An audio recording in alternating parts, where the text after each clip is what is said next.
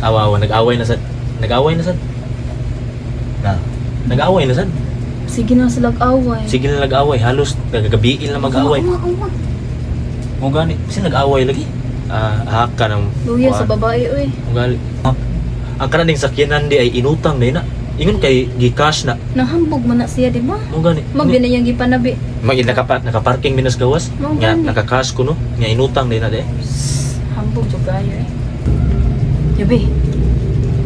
Lahi na sige daw niyong nakuan. Lalaki.